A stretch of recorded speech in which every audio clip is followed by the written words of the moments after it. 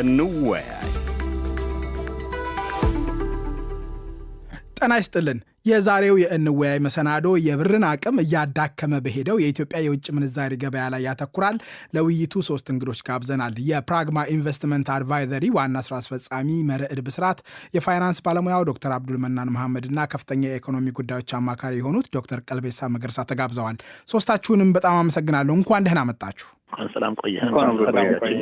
የዓለም ባንክ አፍሪካ ፐልስ ሪፖርት በ2025 ደካማ ከነበሩ መገበያ ገንዘቦች አንዱ ብር እንደሆነ አሳይቷል። በሪፖርቱ መሰረት ብር በአመቱ 10% ገደማ ዋጋውን አጥቷል። የውጭ ምንዛሪ ግብይት በአቅርቦትና በፍላጎት እንዲከወን ለማድረግ እየተደረገ ያለው ጥረት በትይዩ ገበያው የተመን እድገት እየተፈተነ እንደሆነ በሰነዱ ሰፍሯል። መርዕድ፣ የውጭ ምንዛሪ ግብይቱ የብር የመግዛት አቅም ላይ በቀጥታ ያሳድረው ተጽዕኖ ምን አይነት ነው? ለምንድን ነው ብርን እንዲህ ያዳከመው? ባለፉት 11 ገደማ ወራት እንግዲህ የፈረንጆቹ 2025 ሊጠናቀቅ የቀሩት 1 ወር ከምናምን ነው እና ባለፉት 1 ዓመት ገደማ ብር እንዲህ እንዲዳከም ያደረገበት ምክንያት ምንድን ነው? ኢትዮጵያ ከማክሮ ኢኮኖሚ ማሻሻያ ወይም ገንዘቡን የውጭ ምንዛሪ ገበያን ፍሎት ካደረገች ወይም ገበያ ተኮር ካደረግን ኦልሞስት አሁን 11 ዓመት ከ3 ወር ሆኖናል አይደለ? በዛ ጊዜ ውስጥ አትሊስት መጀመሪያ ላይ ብር የዛሬ ዓመት ብንመለከተው ፍሎት ወይም ገበያ ተኮር ስናደርገው የጥቁር ገበያውንና ኦፊሻሉ አይ ቲንክ ያው መንግስት ዋጋውን ሴት ከማድረግ እጁን አወጣ። ከዛ በኋላ የባንኮች በኩል የሚሰጠው ዋጋ አትሊስት ከጥቁር ገበያው ጋር መቀራረብ ጀምሮ ነበረ። ከዛ በኋላ ግን ላሉት ኦልሞስት ከተከታታይ ወራቶች ማለት ይቻላል ብር የመግዛት አቅሙን ኮንቲኒስሊ እየተዳከመ ነው የመጣው።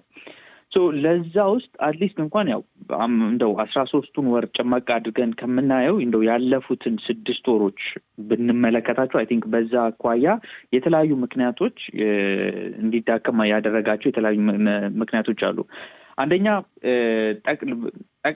አንደኛ በገበያ ውስጥ በተለይ በባንኮች መካከል በተለይ ከግንቦት አካባቢ ወይም ከሜይ ጀምሮ በባንኮች አካባቢ ከስር የውጭ ምንዛሪን አቅርቦት ከመስጠት አኳያ እንደገናም ደግሞ ሌተር ኦፍ ክሬዲቶችን ከመክፈት ቶሎ ኤክስኪዩት ከማድረግ አኳያ ከፍተኛ የሆነ መዘግየት ታይቶ ነበር። እንደገናም ደግሞ ባንኮች ከፍተኛ የሆነ ኮሚሽን እስከመጣልና እንደገናም ብሔራዊ ባንክ መልሶ ገብቶ እስከማስተካከልም ጊዜም ነበር።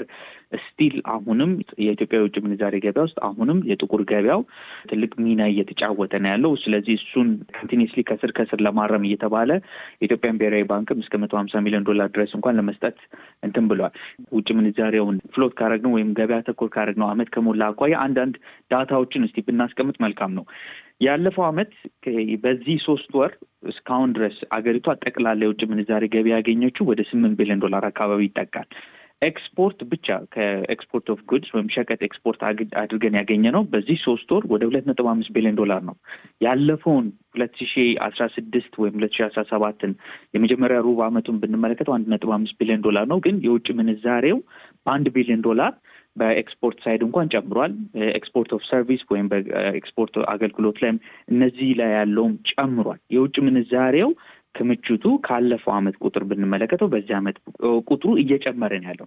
እንደዛም ሆኖ ግን አሁን አሳሳቢ በሚባል ሁኔታ በኮንቲኒየስሊ የመግዛት አቅሙ በጣም እየደከመ ነው ያለው። ኢቭን እንኳን የዚህኛውን ወር መጀመሪያ በተለይ ከመስከረም ጀምሮ አዲስ አመት ጉርሻ ብለው ባንኮች 10 ብር 15 ብር እንሰጣለን ከሚሉት ጀምሮ በጣም እየወደቀ ነው ያለው። ለዛ 2 ምክንያቶች አንድ ማንሳት ይቻላል። አሁንም በጥቁር ገበያ ውስጥ የሚደረገው ግብይት አሁንም በጣም ጠንካራ ነው። እንደገናም ደግሞ ባንኮች አካባቢ ላይ የሚደረጉ ስራዎች እንደገና በባንኮቹ በኩል የሚለጠፈው ዋጋ ተአማኝነት እያጣ ነው ያለው። ባንኮቹ ለባለፈው ጊዜ የሰጡትን ጉርሻ ለማካካስ ተብሎ ኮሚሽኑ እንኳን ከቀድሞ እንኳን 10% 12% እንኳን እየተጣለ እሱም እንኳን ተስተካክሎ በዚህ ጉርሻ እንኳን ተብሎ ለአዲስ አመት ላይ የተደረገው ባንኮች ኪሳራቸውን ለዛ እንኳን ለማስተካከል ተብለው የሚሸጡበትን ዋጋ ከስር እያስተካከሉ ነበር። ይሄ ነገር አይ ቲንክ አሳሳቢ ደረጃ ነው ብለን እንድናስቀምጠው የሚያስደርገኝ ነገር ምንድን ነው?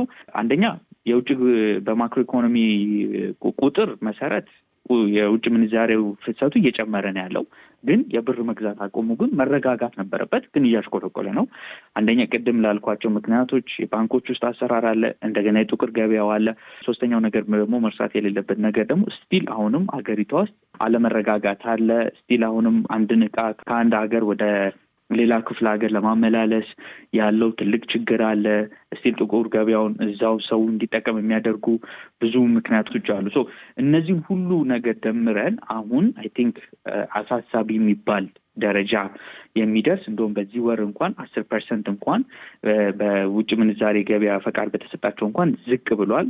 በባንኮች በኩል እስከ 6% ድረስ ኢቨን እንኳን የኢትዮጵያ ብሔራዊ ባንክ የሚያሳየውን ኢንዲኬቲቭ ሬት ራሱ 6% እንኳን በአንድ ወር ውስጥ ዝቅ እንዳለ ነው የሚያሳየው። ሶ እነዚህ ሁሉ ነገሮች ናቸው ተደምረው ይሄንን ነገር አይ ቲንክ አሁንም አሳሳቢ ደረጃ ላይ የሚያስብለው ነገር የውጭ ምንዛሬ ክምችታችን እየጨመረ በመጣ ቁጥር ስቴቢላይዝ ማድረግ ነበረበት፣ ግን እያደረገ አይደለም። ዶክተር አብዱል መናን እንደሚያስታውሱት የኢትዮጵያ ባለስልጣናት የውጭ ምንዛሬ ግብይቱ በነሐሴ 2016 ከነበረው የትይዩ ገበያ ተመን አካባቢ ወይም ከዚያ ቅናሽ አሳይቶ ሁለቱ ገበያዎች በባንኮች የሚከወነውና ትይዩ ገበያው ይዋሃዳሉ ብለው ይጠብቁ ነበር። ያ ማለት ከ120 እስከ 140 ብር ገደማ ነበረ በዛ ወቅት በትይዩ ገበያው ይመነዘር የነበረው።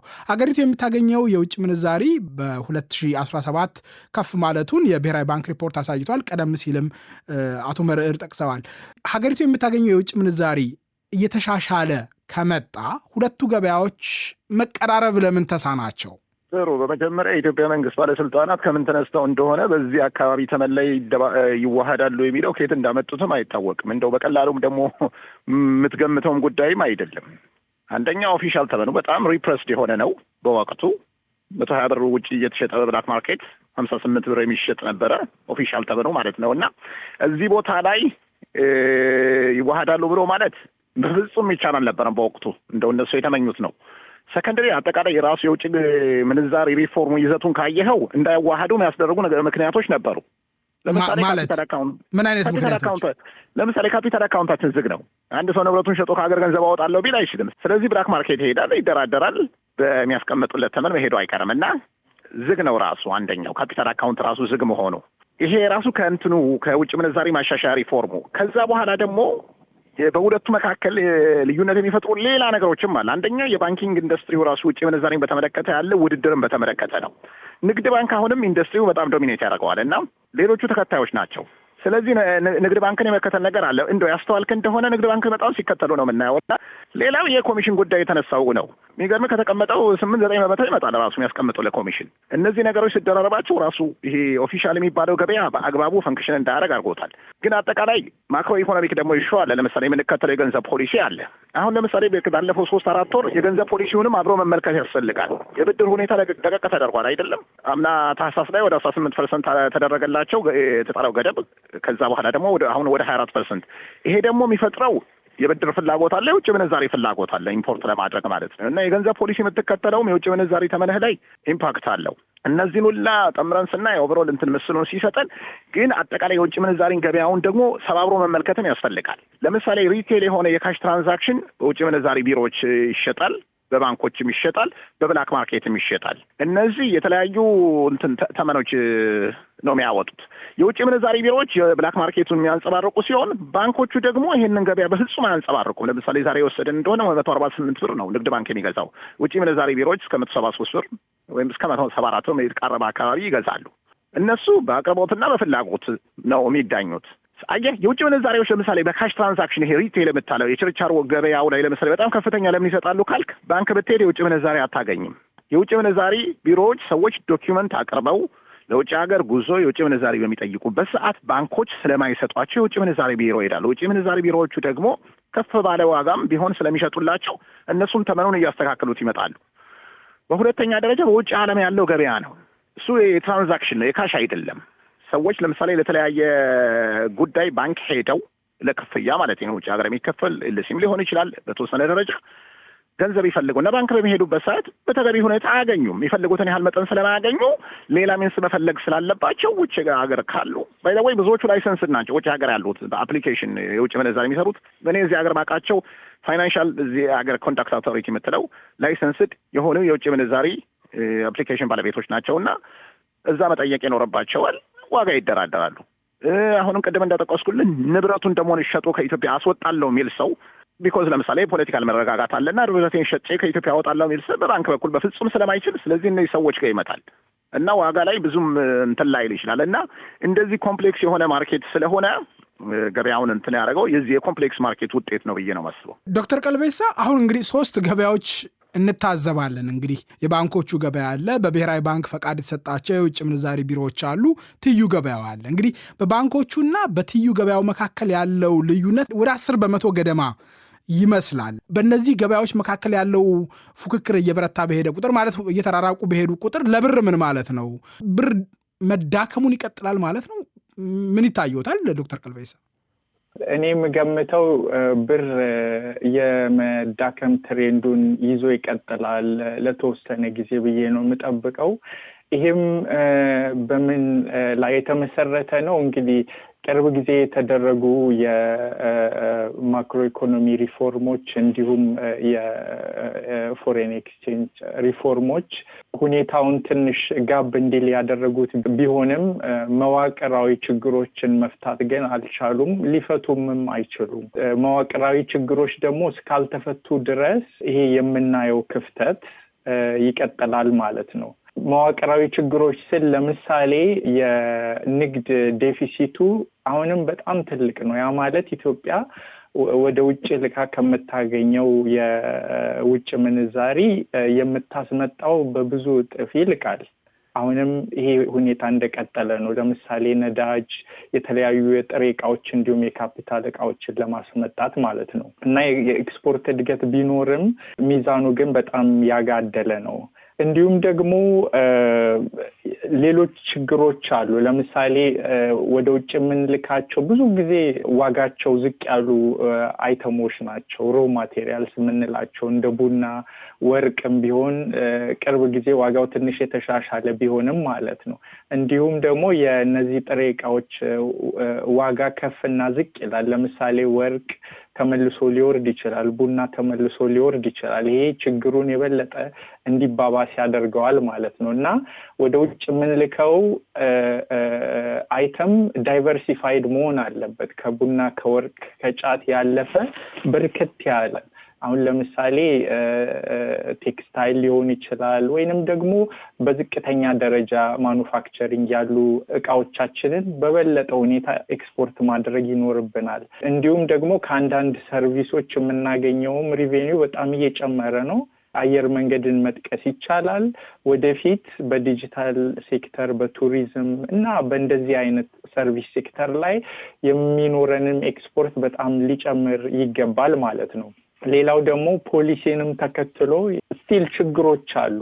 በተለይ በፎሬን ኤክስቼንጅ ፈሳሽነት አካባቢ አብዱል መናን እንዲሁም መረድ እንደገለጹት ረጅም ወረፋዎች አሉ።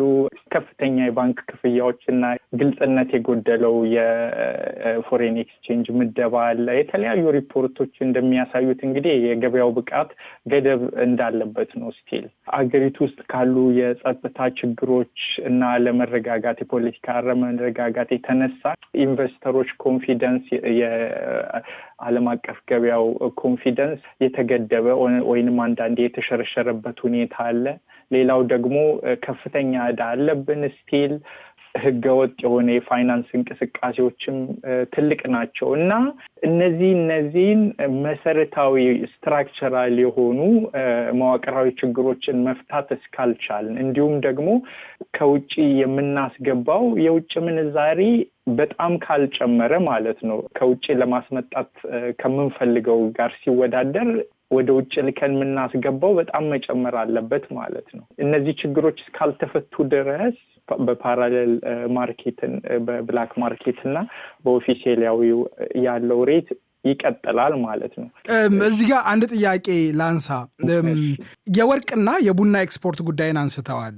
በ2018 የመጀመሪያ 3 ወራት ኢትዮጵያ ከሸቀጦች የውጭ ንግድ $2.5 ቢሊዮን ገቢ እንዳገኘች የፕላንና ልማት ሚኒስትሯ ዶክተር ፍጹም አሰፋ ሪፖርት አድርገዋል።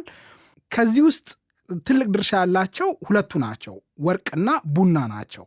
የሀገሪቱ የወርቅ ኤክስፖርትና ወርቅ በዓለም ገበያ ያሳየው የዋጋ ጭማሪ ደግሞ ብር ለማረጋጋት ሚና ሊኖረው እንደሚችል የብሔራዊ ባንክ ገዢ ኢዮብ ተካልኝ ለብሎምበርግ ተናግረዋል። ባለፉት 3 ወራት በሀገሪቱ የተመረተ ወርቅና በዓለም ገበያ የተሸጠው ወርቅ ጭማሪ እንዳሳየ የዶክተር ፍጹም ሪፖርት ያሳያል። እርስዎ ቅድም የጠቀሱት ነገር ምናልባት ሙሉ በሙሉ እዚህ ላይ ተስፋ ማድረግ እንደማይቻል ነው ማለት፣ በተለይ የወርቅ ጉዳይ ብር ሊያረጋጋው ይችላል ወይ? የተወሰነ ሚና ይኖረዋል። ያ የማይካድ ነው።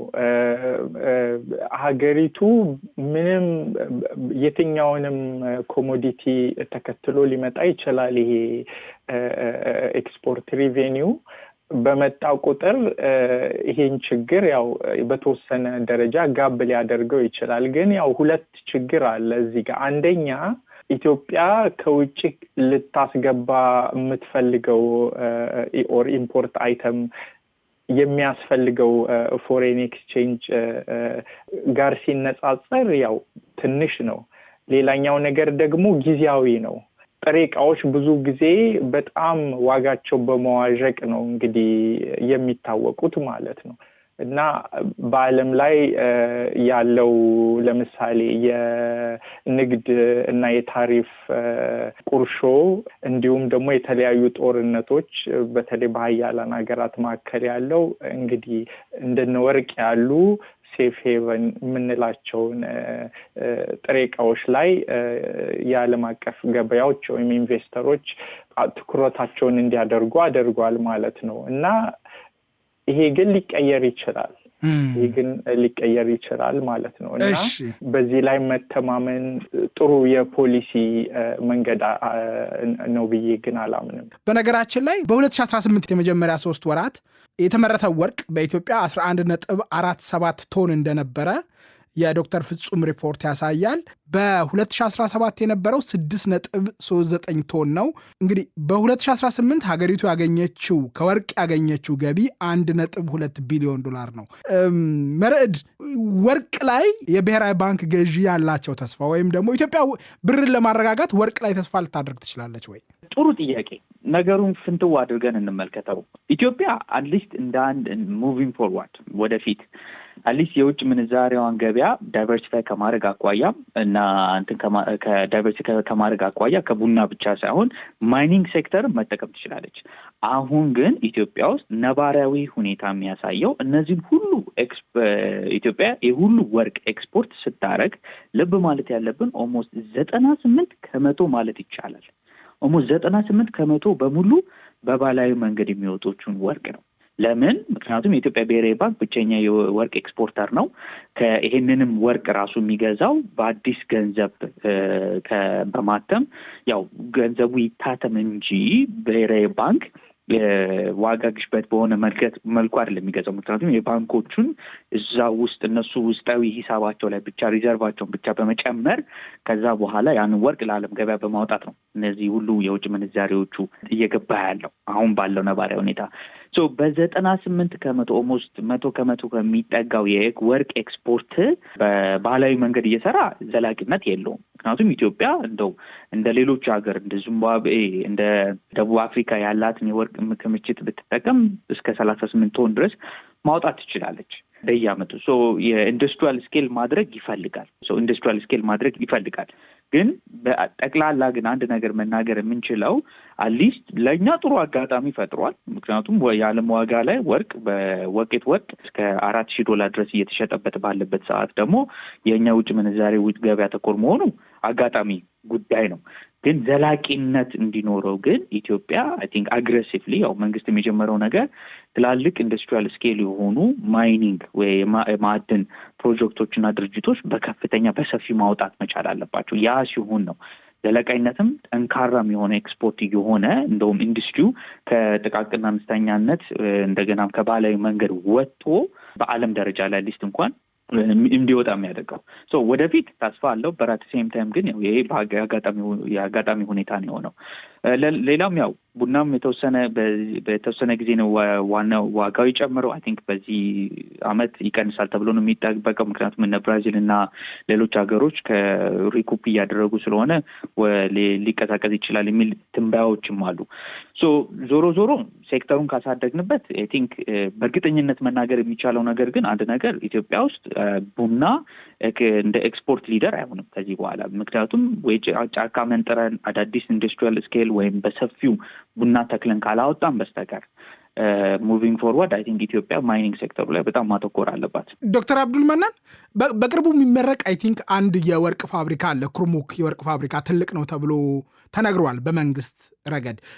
እንግዲህ እሱ የሚያበረክተው አስተዋጽኦ ሊኖር ይችል ይሆናል። ነገር ግን ኢትዮጵያ በወርቅ ምርትና በወርቅ ኤክስፖርት ላይ ብርን ለማረጋጋት ተስፋ ልታደርግ ትችላለች? አትችልም። ልንገርህ፣ በሁለት ምክንያት። አንደኛው ኮሞዲቲ ነው። ኮሞዲቲ በጣም የሚዋዥቅ ነገር ነው በዓለም አቀፍ ገበያ የኮሞዲቲ ዋጋ እና አሁንም ኢትዮጵያ ጥሩ የወርቅ ዋጋ በዓለም አቀፍ ገበያ ላይ የወርቅ ዋጋ ስለጨመረ ጥሩ ማግኘት ይችለናል። ግን ሌሎቹ ላይ የተናገሩት ላይ ለመጨመር በጣም መሰረታዊ ነገር ሪሰንትሊ ለምን የብሔራዊ ባንክ ኤክስፖርት የሚያደርገው ወርቅ ጨመረ ሲባል በቀላሉ ለነዚህ በባህላዊ መልኩ ለሚያመርቱት ዋጋ በከፍተኛ ሁኔታ ስለጨመረላቸው በተለያየ መልኩ በህገ ወጥ መልኩ የወጣ የነበረው ወርቅ ወደ ብሔራዊ ባንክ መቅረብ ችሏል። ግን ይሄ ነገር አንድ ችግር አለው። ብሔራዊ ባንክን በኃይለኛ አክስሮታል። 2024 2023 የብሔራዊ አኗል ሪፖርት እኮ በወርቅ ግዢና ሽያጭን መመልከት እኮ ነው። በዚህ መልኩ ደግሞ በከፍተኛ ሁኔታ እየከሰርክ ደግሞ ሰስቴን ማድረግ አትችልም። ገብቷል። የተፈለቀ የውጭ ምንዛሪው ነው። ምንም አክሳሪ ቢሆንም የተፈለገ የውጭ ምንዛሪው ስለሆነ ብሔራዊ ባንክ በውድ ይገዛል፣ ዓለም አቀፍ ገበያ ላይ ሲሸጠው ይከስራል። ለተወሰነ ጊዜ ለችግር መወጫ ሊሆን ይችላል በዚህ መልኩ። ወደፊት ግን በዚህ መልኩ ሊቀጥል አይችልም። በዚህ መልኩ ቀጥላለሁ የሚል ከሆነ በከፍተኛ ሁኔታ ከሰራ እያጋጠመው ነው የሚመጣው እና የወርቁ ጉዳይ አሁን ባለው ሁኔታ ልንቀጥል አልችልም። ሌሎቹ ትልልቅ የወርቅ በማይኒንግ ፕሮጀክቶች የተከፈቱ እንደሆነ ሌላ እንትን ነው። ግን ከነዚህ ባህላዊ በመንገዛቸው በውድ ገዝተን ዋጋ ቀንሰን በዓለም አቀፍ ገበያ ላይ የሚያዛልቅ አይመስለኝም። የገንዘብ ፖሊሲ ኢምፓክቱ እንደው ፓርት ኦፍ እንትን ስላልሆነ እንጂ ይታወቃል። እኔ ኢንጀክት ታደርጋለህ ለሰዎቹ ገንዘብ ፕሪንት አድርገህ መስጠት እኮ ነው። ብሔራዊ ባንክ ወርቅ ሲገዛ እኮ እንደው አሁን ወረቀት ብር ቀረ እንጂ እየቀረ ስለመጣ የለም። ኤሌክትሮኒክም ቢሆን ገንዘብ አካውንታቸው ላይ ነው የሚገባላቸው አይደል? ያ ደግሞ ሃይ ፓወርድ የሆነ መኒ ኢኮኖሚ ውስጥ ይገባል። ወደ ባንኪንግ ሲስተሙ ሲገባ ባንኮቹ ደግሞ ከእንደገና ሪዘርቭ አድርገው ገንዘብ እያባዙ ይቀጥላል ማለት ነው። ይህን እንደው እሺ በገንዘብ ፖሊሲ መከላከል ይቻላል ብንል ግን የወርቁ ጉዳይ በዓለም አቀፍ የፕራይሱ ዋዣቂነት እንደዚሁም የብሔራዊ ባንክን አክሳሪነት ሰስታይነብል አይደለም። ሪፖርቱን መመልከት ነው። የሁለቱን ዓመት የ2023 እና የ2024 የብሔራዊ ባንክ እሱ ነው ያለው ሌተስት ሪፖርት። ብር መረጋጋት ካቃተው የኢትዮጵያ መንግስት ተግባራዊ ለሚያደርገው የኢኮኖሚ ማሻሻያ መርሃ ግብር አንድ፣ ሁለት ደግሞ ለሸማቾች ምን ማለት ነው? መረጋጋት ካቃተው በቀላሉ ለምሳሌ በጣም መሰረታዊ የምንላቸው ነገሮችን ነዳጅ፣ በጣም መሰረታዊ የምንለው ነዳጅን በከፍተኛ ሁኔታ መጨመሩ አይቀርም። ብር እየተዳከመ ኮንቲኒየስ የሚመጣ ከሆነ መድኃኒት፣ አብዛኛዎቹ የፋብሪካ ጥሬ ዕቃዎች ከውጭ ሀገር የሚመጡ ኢቨን ማሽነሪዎች፣ እነዚህ ሁላ ዋጋ መጨመራቸው አይቀርም። አለስ ይሄንን ካውንተር ባላንስ የውጭ ምንዛሪ ገቢ ማናመጣ ከሆነና የሆነ ቦታ የሆነ ኢኩሊብሪየም የምንለው አይነት ነገር ላይ የማይቆም ከሆነ ወይም በጣም ጭማሪው በጣም ትንሽ ካልሆነ በስተቀር ኑሮን እያከበደው ነው የሚመጣው አንደኛው። በሁለተኛው ደረጃ ለኢትዮጵያ መንግስትም ራሱ ከባድ ተግዳሮት እየሆነበት መጥቷል። የውጭ ምንዛሪ ዕዳችን በጣም በሚያስደንቅ ሁኔታ ወደ ብር ተገልብጦ ስታየው በጣም ነው የሚያስደነግጠው። 1.5 ትሪሊየን የነበረው ወደ ብር ተገልብጦ ከሪፎርሙ በፊት አሁን እኮ ምናልባት በቀላሉ ማብዛት 58 ወደ 150 አካባቢ ሲቃረብ ምን ያህል እንደሆነ መገመት ይቻላል። የኢትዮጵያ መንግስት በዶላር አልጨመረም፣ ምንም ጥርጥር የለውም አዲስ ብድር ካልተበደረም በስተቀር። ግን ይሄንን ዕዳ ለመክፈል ከሀገሪቱ ታክስ ሬዝ ማድረግ አለብን አይደለም? ታክስ መጨመር መቻል አለብን። ታክስ ለመጨመር ደግሞ ህብረተሰቡ ላይ ከፍተኛ የሆነ ጫና መፍጠር አለብን እና ለመንግስትም ትልቅ ተግዳሮት ሆኖበታል። ስርዓቱ የውጭ ምንዛሪ ስርዓቱ የተለወጠ ለታ የተወሰኑ ባንኮችን ሲጠቅም ያው በአደባባይ የወጣ አንዳንድ ባንኮችን ምን ያህል እንዳከሰረ ተመልክተናል አይደለም? ምን ያህል መጥቀስም ይቻላል። እድሜ ልካቸው ያጠራቀሙት ሊጋል ሪዘርቭ ነው ዋይፕ አውት ያደረገውና ካፒታል የበላው ካፒታል የነካባቸው በአደባባይ ያየሁት አኗል ሪፖርት ያጋጠመኝና የተወሰኑትን ኦብቪየስሊ ይጠቅሟቸዋል። በወቅቱ የውጭ ምንዛሪ እጃቸው ላይ የነበረ። አሁን ወደፊት ደግሞ ገና ሪፖርቱ ያልወጣ የነ ንግድ ባንክ የምናየው ጉዳይ ሆናል። የውጭ ምንዛሪ ከፍተኛ ዕዳ የነበረባቸው የብሔራዊ ባንክም ብሔራዊ ባንክንም በከፍተኛ ሁኔታ አክስሯል። እና እንደዚህን አይነት ነገሮች አጋጥሟል ባለፈው። ወደፊት ግን ሁለቱ ነገር ላይ ይታየኛል። ኑሮን በማክበድና የኢትዮጵያ መንግስትን በውጭ ምንዛሬ የተበደረውን ዕዳ ወደ ብር ተገልብጦ በጣም በማክበድ እና ህብረተሰቡ ላይ ጫና በመፍጠር ምንም ጥርጥር የለውም። ዶክተር ቀልቤሳ እንግዲህ የውጭ ምንዛሪ ሊበራላይዝ የሚያደርገው ውሳኔ የኢኮኖሚ ማሻሻያው አንድ ቁልፍ ጉዳይ ነው አይደለም? ሀገሪቱ ከዓለም ገበያ የምትሸምተውን በመቀነስ ወደ ውጭ የምትልከውን ኤክስፖርት የምታደርገውን ማጠናከር፣ ማበረታታት። ይሄ ደግሞ ከዕዳ ክፍያ ጋር ይገናኛል። ከብዙ የኢኮኖሚ ማሻሻያው አላባዎች ጋር ይገናኛል። ብር መረጋጋት ከተሳነው ለሸማቾችም ለአጠቃላይ ለኢኮኖሚ ማሻሻያ መርሃ ግብሩም ምን ማለት ነው? ብር መረጋጋት ካልቻለ ዘርፍ ብዙ ችግሮች ያመጣል ማለት ነው። መንግስትም ላይ ቢሆን ለምሳሌ በመንግስት እጅ ያሉ ትልልቅ ኤጀንሲዎች አሉ። የነሱ ዕዳ ዞሮ ዞሮ መንግስት ላይ ነው የሚሆነው። እንዲሁም ደግሞ መንግስት ደግሞ ዳይሬክትሊ የተበደረው በጣም ብዙ ብር አለ። በጣም ዘርፈ ብዙ አሉታዊ ተጽዕኖ ይኖረዋል ማለት ነው። ሸማቾችም ላይ እንዲሁ በተለይ ከተማ አካባቢ የሚኖሩ ወይ ደግሞ ደሞዝ ላይ ተወስነው ያሉ ብዙ ዜጎቻችንን ኑሮን በማስወደድ ችግር ይፈጥራል ማለት ነው እና ጊዜ የማይሰጠው ትልቅ ችግር ነው። ነገር ግን ያው እንግዲህ የዋጋ ግሽበትና ፎሬን ኤክስቼንጅ ሊበራላይዜሽን ደግሞ ተያይዘው የሚሄዱ ችግሮች ናቸው።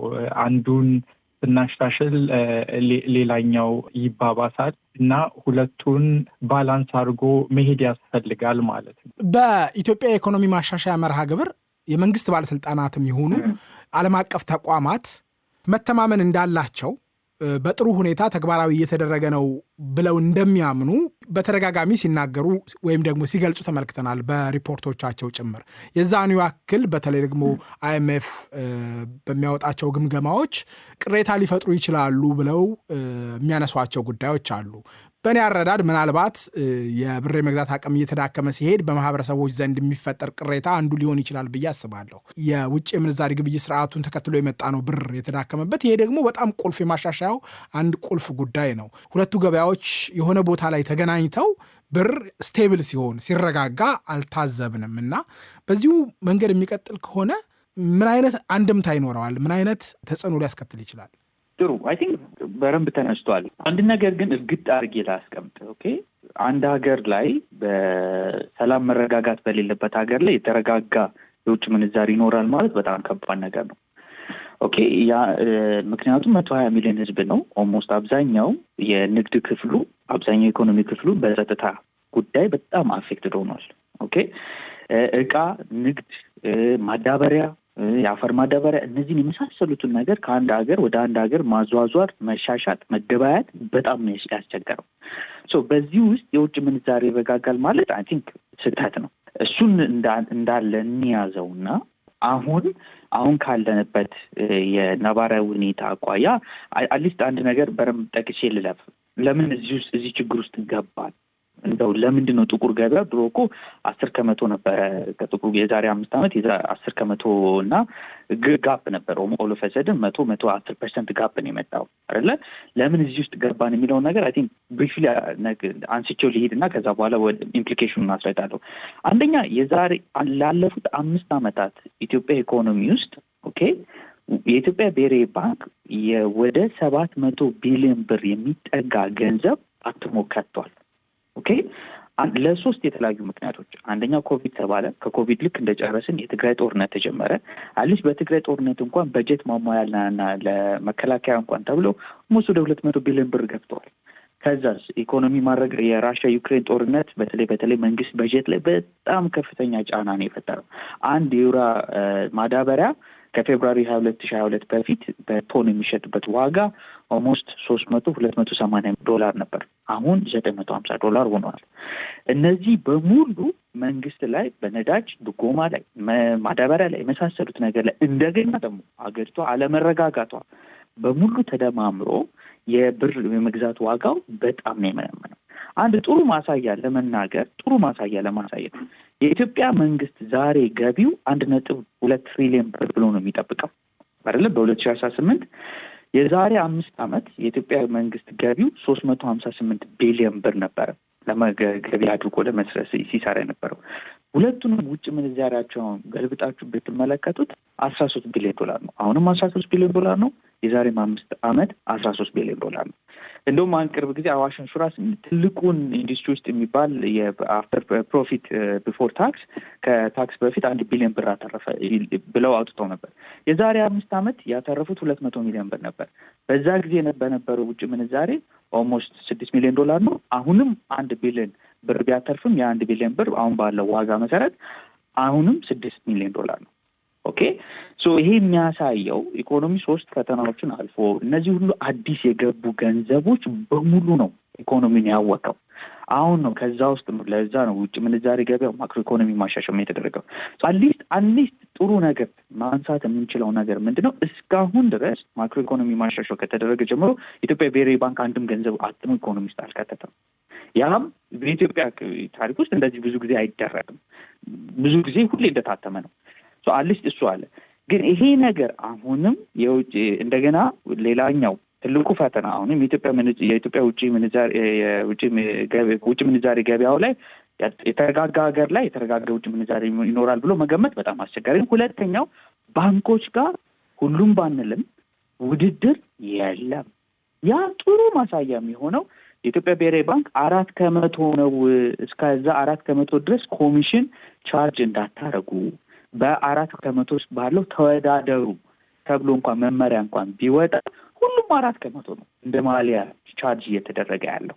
ኦኬ ይሄ ውድድር መንፈስ በሌለበት እንደገና ደግሞ በጥቅም በተያያዘበት እንደገና ስቲል አሁንም ኤክስፖርተሩ 50% ዶላሩን ባንኮቹ ጋር በሚቀርበት ገበያ ላይ በባንኮች በኩል ትሩ ኮምፒቲሽን ስለሌለ 3 የተለያዩ ዋጋዎች ነው ሪፈር እያደረግን ያለ ነው። ኦኬ እንደገናም አይ ቲንክ እዚህ ጋር የኢትዮጵያ ብሔራዊ ባንክ ይሄን ነገር ቻል ብሏል። ይሄም ትክክል አይደለም። ሶ ይሄ ሁሉ ነገር ተደማምሮ አንደኛ መጀመሪያ የሚጎዳን ነገር በቁጥር ላስቀምጣት። አንደኛ ደረጃ ኦልሞስት የ4 ቢሊዮን ዶላር ዕዳ አሸጋሽገናል እስከ 2021 ዓ.ም ድረስ አይደለ? ያው የዩሮ ቦንዱን የቀረን ከዛ ይሄ ተሸጋሸገ ማለት ዕዳው 4 ቢሊዮን ዶላር ቀረ ማለት አይደለም። ከ2022 ጀምሮ መክፈል እንጀምራለን። ከ2022 ጀምሮ የሚመጣው ዋጋ ስንት ነው የሚሆነው? እንደዚህ በዚህ የተወሰኑት ወራት ውስጥ 200 ብር ካደረስ ነው የራሳችንን ችግር መዋቅራዊ ችግራችንን መፍታት አቅቶን እንደዚህ ካደረግነው ከ3 ዓመት በኋላ እግዚአብሔር ይወቀው በጣም ከባድ ነው የሚሆነው። መጀመሪያ መንግስት ጋር ነው የሚመጣው ጣጣ መጀመሪያ። ከዛ ሰፊ ኢኮኖሚው እንዲሆኑ ነው። ምክንያቱም የውጭ ምንዛሬ ገበያ ልክ እንደ ትኩሳት ነው። ትንሽዬ ሰውነት ከመታመሙን አንድ ኢኮኖሚ መታመሙ ወዲህ የምታየው ልክ እንደ ትኩሳት ተኮስ እንደሚል ውጭ ምንዛሬው ገበያ ነው መጀመሪያ ሪያክት የሚያደርገው። ሰው ልክ እንደዛውን ያህል የመንግስት ዕዳ ኦልሞስት በጀቱን 1.2 ትሪሊዮን ብር በዚህ ዓመት ዕዳ የሚከፍለው 485 ቢሊዮን ብር ነው። በዚህ ማሽቆልቆል ከሄደ ግማሹን በጀት ወደ ዕዳ ልናወጣው ነው ማለት ነው። ሌላው ልብ ማለት ያለብን ከፍተኛ የሆነ ማህበራዊ ተጽዕኖ ይዞ ይመጣል። ምክንያቱም አሁን ደሞዝ አስተካክለና ደሞዙን ማስተካክለን ደሞዙ ከተስተካከለበት ጀምሮና እስካሁን ድረስ እንኳን ባለው እንኳን ብር ኦልሞስት 15% እንኳን የመግዛት አቅሙን አጥቷል። ይሄም ያጣው አሁንም በጣም አጽንኦት መስጠት የምፈልግበት ነገር ምንድነው? የኛ የውጭ የምንዛሬ ክምችት እየጨመረ ነው ያለው።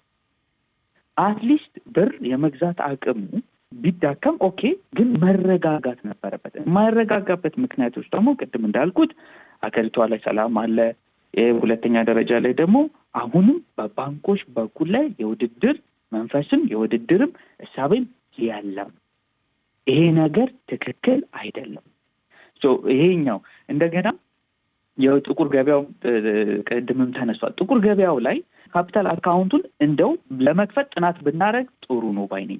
ምክንያቱም አሁንም ማለት ይቻላል 15% የሚጠጋው የኢኮኖሚ ክፍል በኮንትሮባንድ እና በአንኦፊሻል በሆነ ገበያ ውስጥ በሚንቀሳቀስበት ሀገር ውስጥ ጥቁር ገበያው ማጥፋት አይቻልም። እንደገናም ካፒታል አካውንት ተዘግቶ ማጥፋት አይቻልም። ስለዚህ አትሊስት እንኳን እንደገናም ደግሞ የሚጠቀመው በጣም የተወሰነው ሰው ነው፣ የሚጎዳው ግን ሰፊ ማህበረሰብ ነው።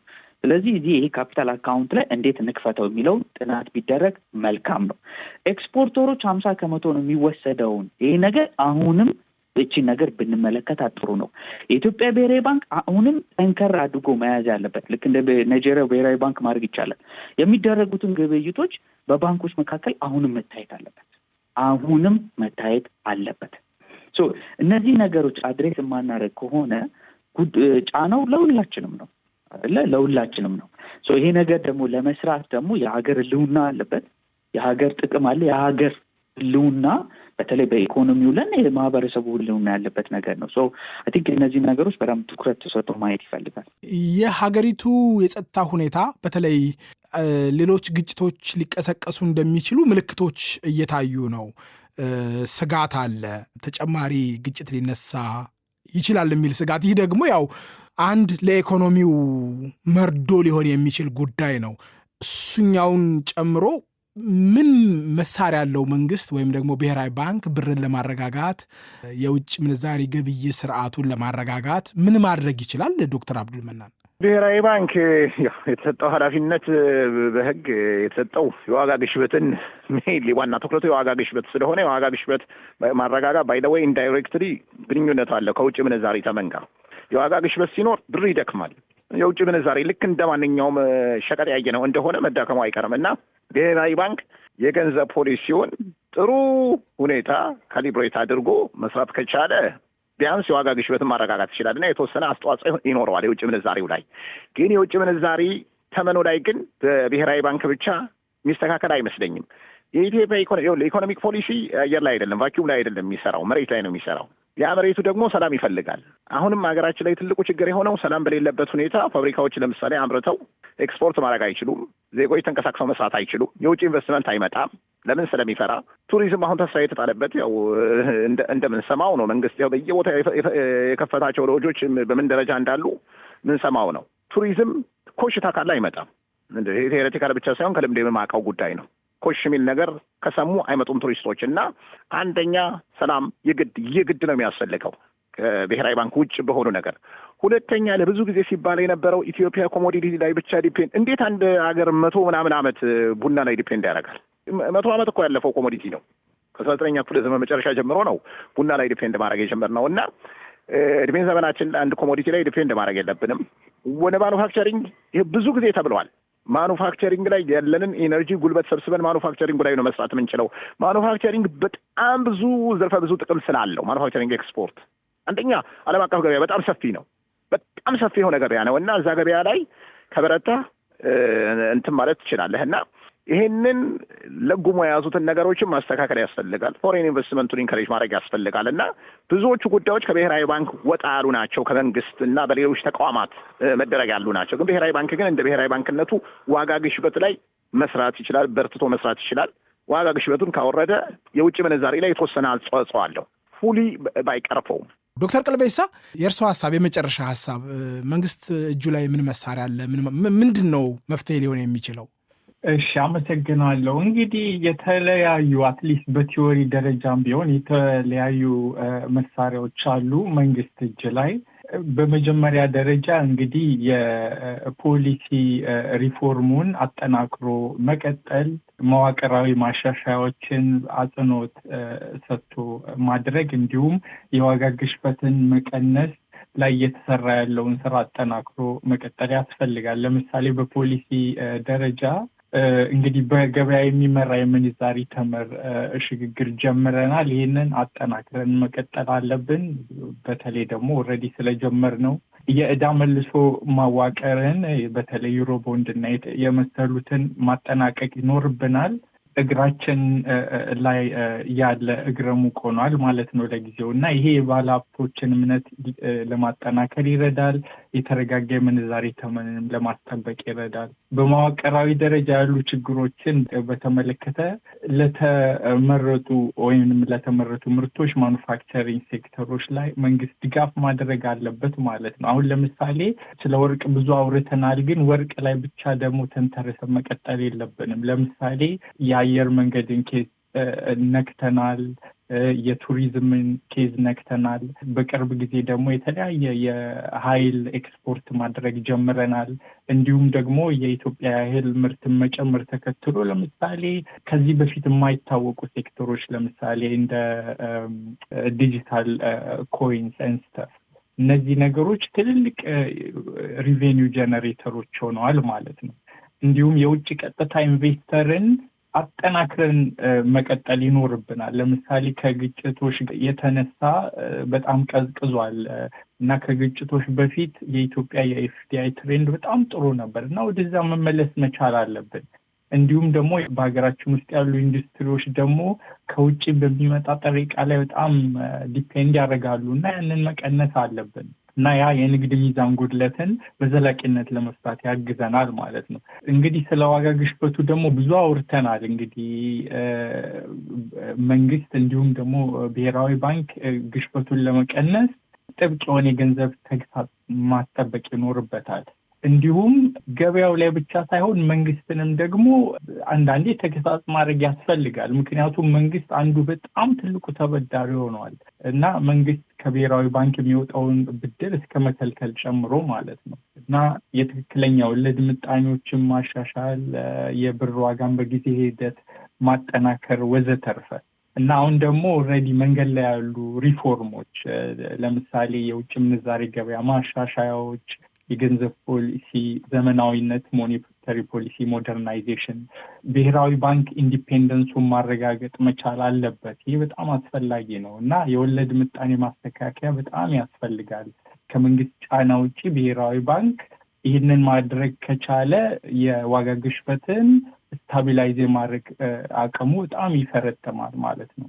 ኦዲቶች ያስፈልጋሉ። የፊስካል እና የመንግስት ኢንተርፕራይዞች ስቴት ኦይንድ ኢንተርፕራይዞች ሪፎርሞች ያስፈልጋሉ። የሶሻል ሴፍቲ ኔት ያስፈልጋል። በተለይ የዋጋ ግሽበት ኮንቲኒዩስ የሆነ ችግር ስለሆነ። እሺ፣ አቶ መርዕድ ብስራት፣ ዶክተር አብዱል መናን መሐመድ እና ዶክተር ቀልቤሳ መገርሳ ሶስታችሁንም በጣም አመሰግናለሁ። ጤና ይስጥልኝ። እኛም አመሰግናለሁ።